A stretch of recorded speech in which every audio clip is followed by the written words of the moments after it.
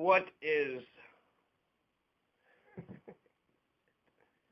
Pueblo City had a commission form of government in 1912. There was a 1911 charter. So we've had a 1954 charter and a 1911 charter. number one? The annual state of Pueblo City reports, the budget, the policy, municipal codes, the charters, anything that the state of Pueblo City gives out reports, they all should be written for the layman so everybody could read what the hell they are talking about. Number two, war on the goat heads. Pueblo City should be a biker's paradise. But everywhere you turn, goat heads are awaiting bikers in every park, every sidewalk, every road, every turn. So a massive awareness campaign needs to happen in order to get rid of these foreign invasive species which produce millions of thorns. 5,000 nutlets per weed sprout, for every weed sprout, and then they could stay in the ground dormant for 20 years. They have taken cities over. Goat heads are. We should not be slaves to poison ivy, poison sumac, poison hemlock, poison oak. Should all be made illegal. They should be added to the noxious weeds list. You've been declaring war against the most beautiful, most evolved weed. It's a beautiful flower. Marijuana is a beautiful flower. But instead of going after these other plants which have poison in their name, poison ivy, poison sumac, poison hemlock, poison oak, they all should be illegal. But right now, you can have a whole yard full of poison ivy as long as it's below 10 inches, as long as it's just sprawling on the ground, and you'll get away with it. Those should be on the noxious weeds list. Those are the real weeds that are bad, the ones that have poison in their name. I mean, why haven't they been made illegal, so far? It's like marijuana was made illegal because it made people happy. Citizens for a Green Pueblo also believe in a war on homelessness. We can, if we had the political will, we can not just get rid of homelessness, we can get rid of poverty too. But you must have a political will. You must say, yes, I'm going to get rid of homelessness. I'm going to get rid of homelessness. And do it. We could build lots of tiny houses. We can have tent cities with police protection in the meantime. Say, look, here's the homeless. We got 1,000 children who's homeless. 1,000 kids in our school system who's homeless. 1,000 kids around all these, Republican Christians. You have what? Trump just say that universal health care is a curse? Oh, yeah, universal health care is a curse. Yeah, right. Life is a curse? No, these Republicans don't give a shit. They've never given a shit, and they never will give a shit. We got to do something about poverty. We got to do something about homelessness, and we got to begin now. The situation just gets worse and worse. Isn't that a Christian thing? People are more outraged about a homeless person breaking into a vacant house with an absentee landlord than they are about the homelessness itself. People are more outraged when a homeless person has a heroin needle in his hand than his homelessness. And that's a problem because he doesn't even have, or she doesn't even have a chance at life. We have city-owned vacant buildings we could use for housing. We could eminent domain the vacant lands and buildings of absentee landlords. For every 22 empty houses, there's one homeless person. For one homeless person, we have 22 empty houses. All we got to do is just put those people inside that house. All you need is the will to do it. Somebody who says this is going to get done, and then to do it, to get it done. That's all you need the will. The will is the most important thing. The devil is in the details, but do you even care that we have homelessness? Christianity is supposed to care about the poor people, but they don't. As long as poverty has been here, Christianity has been here. Christianity has been tolerating poverty for quite some time. They talk about it. You go to church and you pat yourself on the back and make yourself feel like a good person, but you're not going to church and saying, you know what, we got poverty. We need to figure out how we're going to eradicate poverty. That's not the message. That isn't the point. It's, let's all go pretend. Let's go to this cult and get brainwashed and make ourselves feel like good people. We've had poverty just as long as we've had Christianity. Is there a correlation? I don't know. And Mother Teresa, she liked the suffering of poor people. She wasn't going to alleviate the poverty itself. She was going to manifest in the suffering that poor people go to because she thought that that was her path to God, to share in other people's suffering. So it was important for them to carry on with their suffering. They didn't, if they weren't poor anymore, then she couldn't, empathize with that. A war on the goat heads, all those thorns. This needs to be a biker paradise. I want a war on poverty. I want a war on homelessness. If we don't have the political will, well, you know the one percenters are just going to gentrify. They're just going to gentrify poor areas, put their, whatever bullshit there. And so poor people, if you're not trying to tackle the issue of homelessness or poverty, then you're letting it go by. So we need I will only vote for candidates that say they're going to do something about the homelessness problem. If you don't even mention it, I'm not going to vote for you. So number 4, create jobs. This is kind of consistent with the war on poverty. We need good businesses, good socially conscious, green, socially conscious businesses to come in here, and they're going to put up, I think it's a good idea to put a bunch of solar trees up for marketing. If we have a bunch of solar trees, it looks like we're modern, we're, advanced, and it'd be fair. Businesses will see all these solar trees that Pueblo City has. Look at all these solar trees Pueblo City has. And I bet they know what they're doing. They really got it going on here. They know what they're doing. I'm going to set my business up here. So having solar trees, I think, would be good marketing for those outside, green, socially conscious businesses. We don't need any more shitty fucking corporations using us for cheap labor. Let's get HQs of high-quality corporations, not just accept anybody, and definitely don't finance them. I saw one of our city managers give like $7 million to a private corporation in the 70s or 80s. What the fuck? $7 million to a private corporation to set up shop. That $7 million could have created a Sweden's trash to electricity program, and we needed that program here yesterday. That idea is just a good idea for me to make money on. If I had the capital, if I had the backing, I would. That system right now is 3 private companies all competing for each other. So there's garbage trucks driving all throughout the day, all throughout the week, 2 or 3 times, right? There's 3 different companies, and they got different clients. So they're all taking that trash, and they're just dumping it into the ground day in, day out. How many tons? That's what the status quo is. The status quo is take our trash, and for these private corporations to take our trash and to bury it under the ground. Even Chris Nichols' little trash pickup place is now you have to have a fee, right? If you want to drop off a couch, yeah, sure, drop off the couch, but you'll pay a fee. Well, he was trying to have a free drop-off, so that way people would they would want to drop off their couch. They would want to drop off their couch because they didn't have to pay for it. If they, had the money to properly dispose of it, they wouldn't have dropped it off in the alleyway to begin with. So our trash system essentially is one of the 3 private the Citizens Complaint and Oversight Board. I believe in the Citizens Complaint and Oversight Board, and so does Tommy Farrell. Keep body cameras. That's one good thing with the Velez administration was he got body cameras on the police. Now, that doesn't, solve everything, but it's a step in the right direction. I think the body cameras should be on the whole time that the police are on duty. I also think the police should have their own personal insurance, because if they do shoot a person, the city of Pueblo won't pay for, some murderous, some trigger-happy, corrupt cop. If they have their own personal insurance and then they get sued, then it'll come from that personal insurance. And then they probably won't be able to afford it. Right now, police officers shoot somebody, the only justice you can get if the police don't police themselves is to sue them. And then once you sue them, then you're taking taxpayer money for your one particular case. So it's kind of punishing the entire city, which is some gentleman that went to the last city council meeting, and he said that he called on the city council to stop the 1-year probationary period for new police recruits. He wants to stop the probationary period for new police recruits. He says that's when they learn about the thin blue line. That's when they get corrupt. You stick in, you have to do an internship program for a year. You're a military man, you're a businessman, you have whatever qualifications that you come up with, but it's like, well, that's not good enough. You need to be brainwashed into the way that we do things around here. He says, let's stop the 1-year probationary period for new police recruits. I like that idea.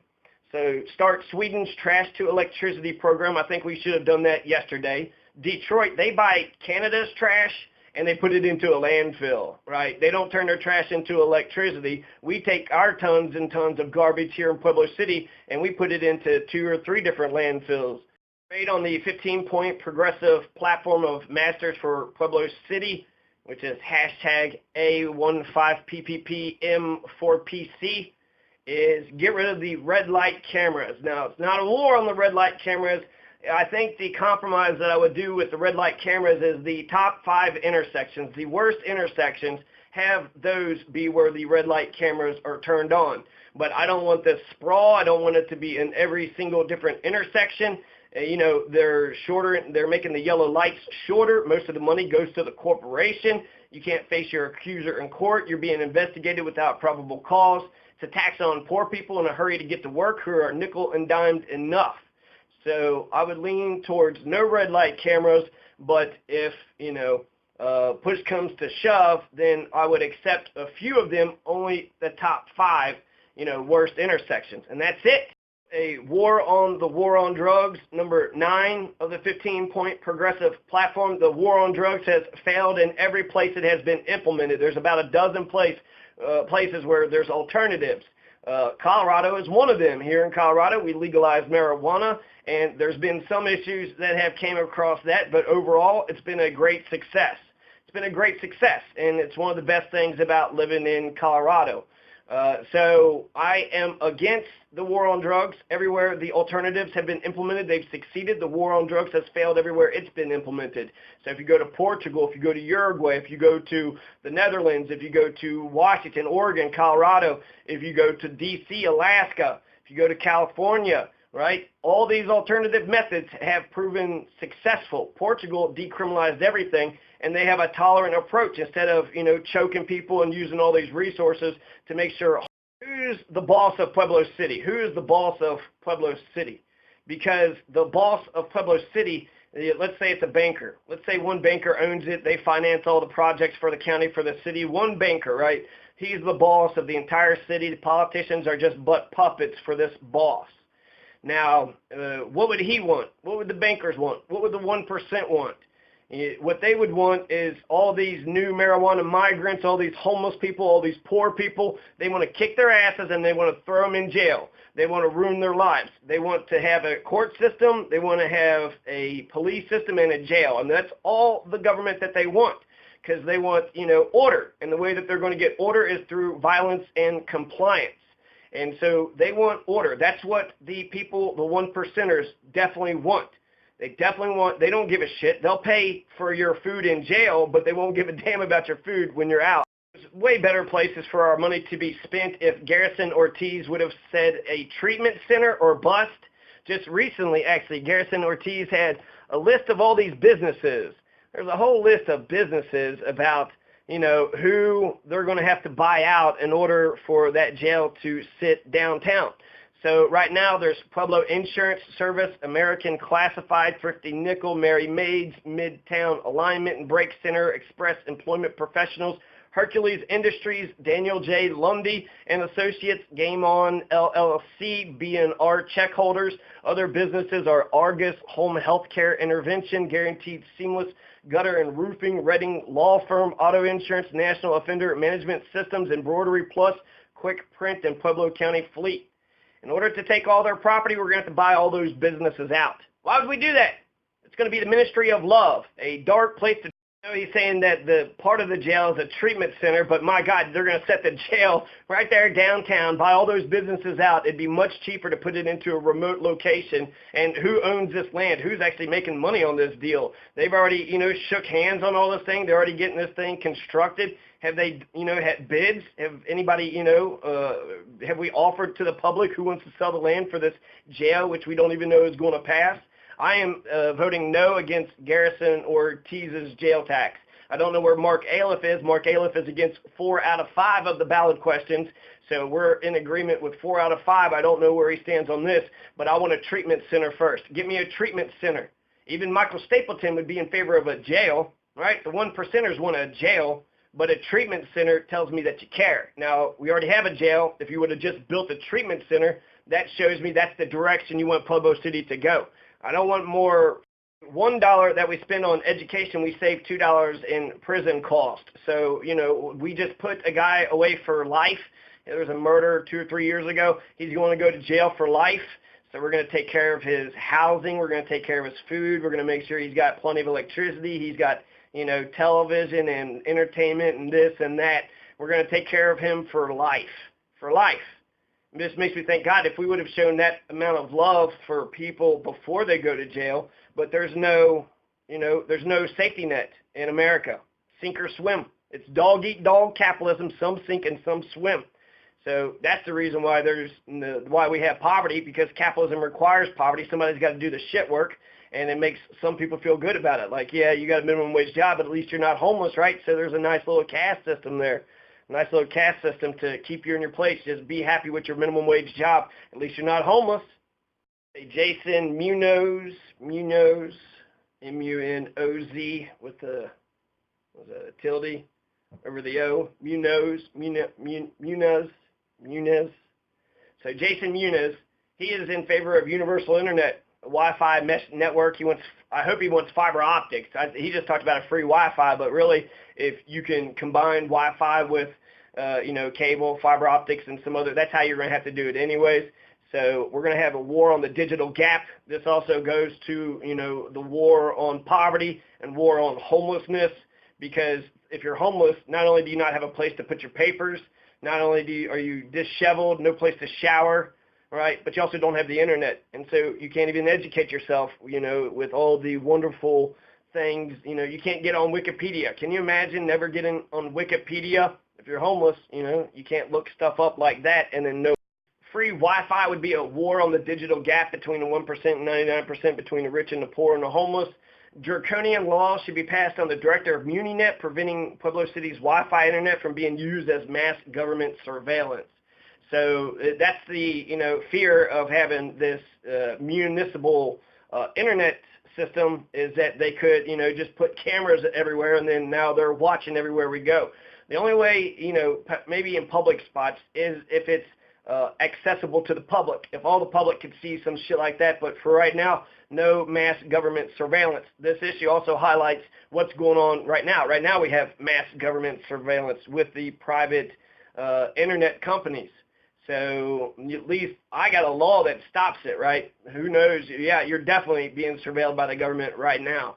So I think by getting a new internet system, you could prevent that bullshit from 11 on the 15-point progressive platform for Pueblo, green citizens, citizens for a green Pueblo. This is the 15-point platform for citizens for a green Pueblo. Number 11 is a welcome center for marijuana migrants. It's a good way for new folks to orient themselves.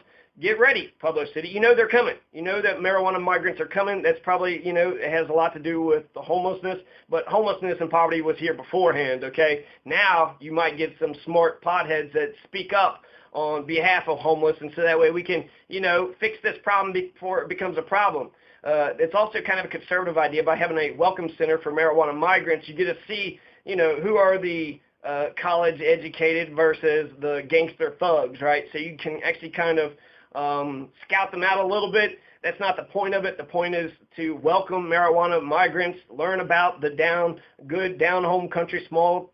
Talk about the pride of Pueblo City. Well, this is your opportunity. Here's a brand new marijuana migrant that's a taxpayer, that's a person who's going to be part of the workforce. So, let's accept people. I think we should be a compassionate city and teach the new people the good down home country small town charm of Pueblo City. I mean, there's a lot of little things that you don't know about that you have to, it'd be nice to somebody had been saying, this is how, if you want to go bike riding, don't, because there's goat heads everywhere. It's going to pop your bike tires, and, so be careful there. Have just a steel bike, just steel tires, right? It'd be a rough ride. But, welcome center for marijuana migrants. Number 12, fuck no on strange mayor. We need instant runoff voting. It's way better. The sanctity of the revolutionary idea of a charter convention needs to be protected for all of eternity. We need to work towards a charter convention. We need strong mayors. I don't want a strong mayor. I want a strong legislative, too. I want a strong legislative, judicial, and executive branch. That's the whole point of the three branches of government, is to check each other so we don't have tyranny. The three branches of government stops tyranny. So if there's no check on a branch, then, it's unfortunately, that's the whole system, is that we assume that humans are evil and they'll do bad, so you got to have somebody standing over that person in order for them to do good. Well, who's standing over the fourth branch of government? We got a fourth branch of government, and there's no check on that fourth branch of government. That's why I want strong executive and strong legislative, definitely for the city. Yeah, have a strong municipal court too. Municipal court, that's where the city should, figure out their issues. That's our court. That's our court system, right? That's our setting to resolve disputes for corporations, definitely, but also for citizens. So definitely strong executive, definitely strong legislative branch. 15, hire an aggressive arsenal of grant writers to apply for every single grant offered by the state and the feds. That just seems like an obvious one, but there's people out there that are just like, oh, there's programs out there. Are there? Do you know? Do you have the political will? Are you going to write for the programs? Are you going to try to get? No, you're not going to do any of that shit. That's just people who want to hurt the homeless, right? Hey, they broke into that abandoned building that the absentee landlord left there and didn't boarded it up, and now there's lots of goat head weeds and mice and lots of, that should have a social purpose. If an absentee landlord just abandoned a fucking piece of property, the city can condemn it, take it over, and sign a fucking disclaimer. You know what I mean? Like, yeah, there's regulations and shit, but there's somebody without a home. There's somebody without a home. There's one lady who was sitting there talking about she was homeless for a day, and she was freaking out. So imagine if, you just get used to it, that all society is okay with you not having a home. Well, you don't have a home. Team, we should work towards city and county consolidation. We have all these redundant services. The county's got services. The city's got the same services. Why do we have, why are we doubling up on our services like this? I kind of like the checks and balances of having the county and city government, but I bet you the waste is substantial. We need to let's get a study done on this. Well, who would vote against a study? Let's just study, see if we can save money. Oh, the Republicans are against consolidation because they don't want to save taxpayer money. I don't think that's what it is. I think they got a bias. They're anti-city bias. So the city-county consolidation should happen because of the redundancies. And we should get a light for Ricky Muniz. Ricky Muniz came at somebody was spray painting his house, his mother's house. He comes out, says stop doing it, gets shot and killed for that, for standing up for what is right. No, you can't just spray paint my house. And he got killed for it. And it's still dark back there. It's actually very unceremonious. There's not even like a little cross. There's not like a little wreath or some flowers. It's very unceremonious. Like he stood up for what was right. And he's a young man, right? So he did what I think he did good. He did right. Someone's spray painting, someone's damaging a house. If you're going to be a tagger, spray paint a bridge or Walmart or something, but to spray paint people's houses, that's, no, you need to love people. People are good. So he did what was right, and it's just darkness, goat heads everywhere, weeds everywhere.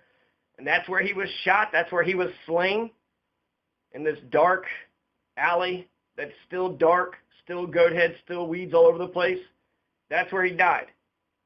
We need a light there, and it should be solar powered. So that's the 15-point progressive platform.